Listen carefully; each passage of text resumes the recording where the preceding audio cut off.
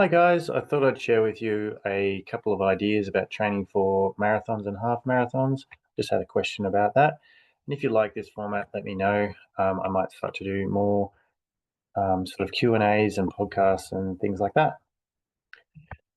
So just a little bit about me. I was lucky enough to get Master of Sport in long cycle with 220s about nearly 10 years ago. So that was my first Master of Sport actually. Um, and I was actually coming back from a shoulder injury. So I chose that event because previously I didn't have any interest in it, but I wanted to use something light and build up my capacity because I was coming back from shoulder surgery. So I worked on that. Um, I've also been lucky enough to train people like Haley, who's previously won a world championship in with the doubles, and recently she completed 161 reps with two 16s for 30 minutes in long cycle. And here's Alessandro. He is a good example of someone who uses an indirect method in something we'll talk about coming up soon. He got through an hour of the one arm long cycle with the 32, nearly getting 600 reps. And I trained Roger, who won a veteran marathon one arm jerk. So, as I mentioned, we have a direct method and an indirect method. So a direct method is you incrementally break down the demands of your event. So if you're doing a half marathon, one arm long cycle, you might start off with doing that for 5 minutes, building a minute each session, something like that. So that's sort of the direct method, whereas an indirect method is maybe you're doing long cycle in your training, you're doing intervals, you're doing 10 minutes, minute on, minute off, and then another session you're doing two 5 minute sets and some cleans and some swings and presses, things like that. Then every now and then you just pepper in a few sort of one arm lifts and things like that. And there's everything in between, of course. Of course, you can have one direct day and lots of days where they're sort of indirect training, but it really comes down to your goals and what your priorities are. So if your priority is the half marathon stuff, then you would obviously do probably a little bit more direct training or direct testing, putting that in pretty regularly. But it can get quite monotonous, particularly for the hour events. You don't really, I mean, maybe you're happy to do it, but most people don't really want to do a 40-minute set, 50-minute set once a week or twice a week. So just bear that in mind. So this is where your current volume of indirect training is really important, and that sort of reflects the systemic load or the whole body load. Um, so if you would regularly, say if you're doing biathlon and you did jerk intervals of um, 5 2-minute intervals, and then you did 8-minute snatch set, and you did some swings after that, um, and some GBP, your volume is probably pretty high. And if you're doing that 3 4 times a week, you probably do okay with the indirect method for one arm jerk, one arm long cycle, or snatch, something like that, because you're doing so much systemic load. You're accumulating 20-ish minutes of training load there, so it's not too far away. Whereas if you're doing minimal volume, you're so far off. So if you just do one 6-minute set, um, you're really not probably getting enough training in there. So that's something to consider, is just the overall training volume in minutes. Um, and then we consider the exercise and the intensity of the exercise. So obviously, if you're regularly lifting 32s, it'll be very easy for you to lift 20s or 16s or 24s potentially as well. And so going from a snatch to a multi-switch snatch is going to be pretty easy. So the snatch is going to really load up the forearms, and the multi-switch is much more forgiving there. So that's an important consideration. But if you're going to snatch to one arm jerk, you're not getting the same transfer. So if you're doing lots of snatch volume, one arm jerk might not be a bad addition because it's training opposite muscle groups, but it's something to consider that it doesn't transfer as much. So that's an important factor. And it comes down to your priorities. If you're training for biathlon and you want to do a half marathon on the side, then you probably get away with the indirect method if you're experienced. But if you're not very experienced, you probably need to do some direct training. But if you're experienced and your main focus is the half marathon, then you probably want to put in more direct training. So as always, you want to sort of identify your weak links. So it sort of comes back to your goals. Is it a fast set? Is it a slow set? So if it's a fast set, probably things like endurance become more important.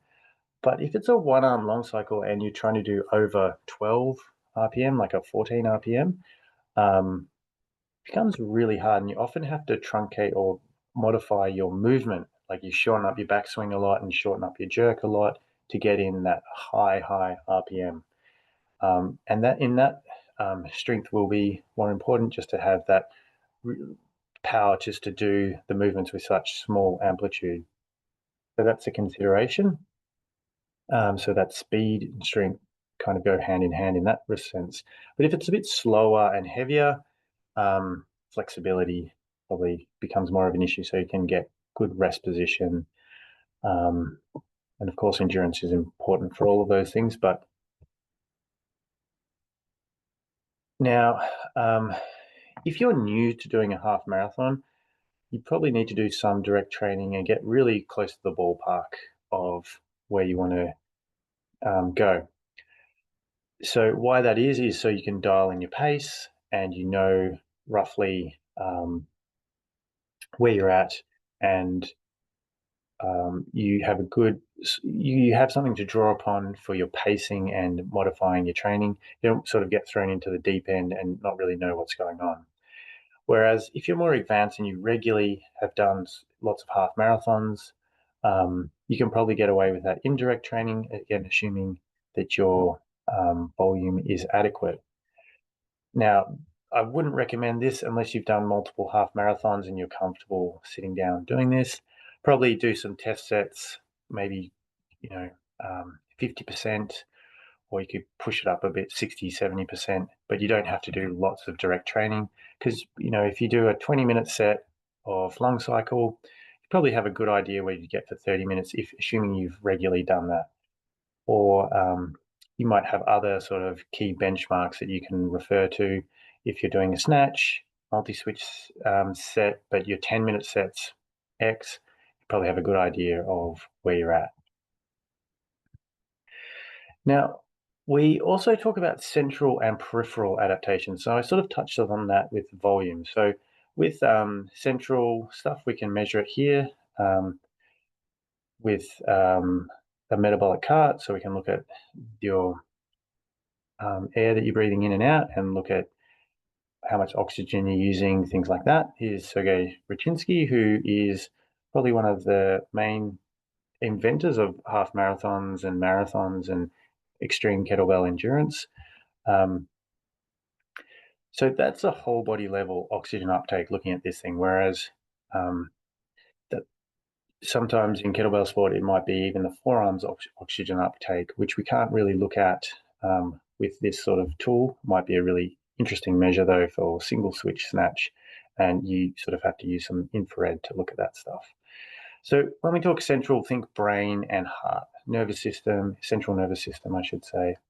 Whereas when we think peripheral, we're thinking muscles and tendons, bones, things like that. So